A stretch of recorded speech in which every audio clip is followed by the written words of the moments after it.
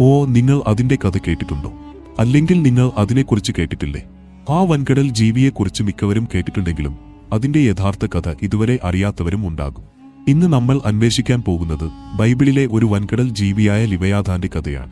ഈ ഭീകര ജീവിയുടെ വിസ്മയകരമായ വിവരണം നിങ്ങളെ പിടിച്ചുപറ്റുമെന്ന് ഞാൻ വിശ്വസിക്കുന്നു. അതുകൊണ്ട് വീണ്ടും ഒരു യാത്ര പുറപ്പെടാം. യഹൂദരുടെയും ക്രിസ്തീയരുടെയും വിശുദ്ധ ഗ്രന്ഥങ്ങളനുസരിച്ച് ലിവയാഥാൻ എന്ന വൻകടൽ ജീവി സമുദ്രത്തിന്റെ ആഴങ്ങളിൽ വസിക്കുന്നു.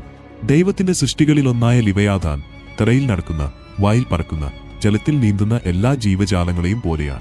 ഇയ്യോബ് പുസ്തകത്തിൽ ദൈവം തന്നെ ഈ വൻകടൽ മഹാരാക്ഷസനെ വിവരിക്കുന്നുണ്ട്. ലിവയാഥാൻ അപരിമിതമായ ശക്തിയുള്ള ഒരു ജീവിയാണ്. അതിന്റെ വലിയ ശരീരം വന്തരംഗങ്ങൾ സൃഷ്ടിക്കുന്നു. അതിന്റെ വായിൽ ഭീകരമായ പല്ലുകളുണ്ട്. അതിന്റെ പുറത്ത് അവിടെ കരുതൽ പ്ലേറ്റുകൾ കൂടിച്ചേർന്നിരിക്കുന്നു. അതിനിടയിലൂടെ പോലും വായു കടന്നുപോകാനാവില്ല. ലിവയാഥാന്റെ ശക്തമായ അടിയിൽ നിന്ന് പ്രകാശത്തിന്റെ മിന്നലുകൾ ഉയരുന്നു. അതിന്റെ വായിൽ നിന്നും പുറത്തുവരുന്ന തീയും പുകയും ഭീകരമാണ്. ഈ മഹാജീവി ഉയർന്നുവരുമ്പോൾ ഏറ്റവും ശക്തരായവരെയും പോലും ഭയം പിടിക്കുന്നു. കാരണം വാൾ, കുന്തം, അമ്പുകൾ എന്നിവയ്ക്ക് അതിന്റെ മാറിൽ ഒന്നും ചെയ്യാനാവില്ല.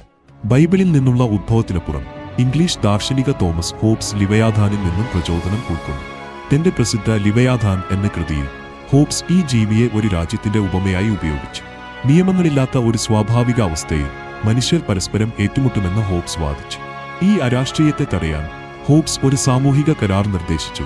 ഇതിൽ വ്യക്തികൾ അവരുടെ ചില അധികാരം ശക്തമായ അധികാരത്തിന് വിട്ടുകൊടുക്കുന്നു. ഇതിനെ അദ്ദേഹം വൻകടൽ മഹാജീവിയായ ലിവയാഥാനുമായി ഉപമിച്ചു. ലിവയാഥാൻ ഒരു പുരാണ മൃഗം മാത്രമല്ല, അത് ശക്തി, ഭയം, സമൂഹത്തിൽ ക്രമത്തിന്റെ ആവശ്യകതയുടെ ഒരു പ്രതീകമാണ്. ആഴക്കടലിലെ ഒരു ഭീകര ജീവിയായോ ഭരണത്തിന്റെ ഒരു ഉപമയായോ ലിവയാഥാൻ തുടർന്നും നമ്മുടെ കനെയും അധികാരത്തെയും കുറിച്ചുള്ള നമ്മുടെ ധാരണയെയും പ്രത്യാഘാതിപ്പിക്കുന്നു. കാണുന്നതിന് നന്ദി. ലിവയാഥാനെക്കുറിച്ചുള്ള ഈ കണ്ടെത്തൽ നിങ്ങൾക്ക് ഇഷ്ടമായിരുന്നെങ്കിൽ ലൈക്ക് ചെയ്യുക, സബ്സ്ക്രൈബ് ചെയ്യുക, ബെൽ ഐക്കൺ അമർത്തുക.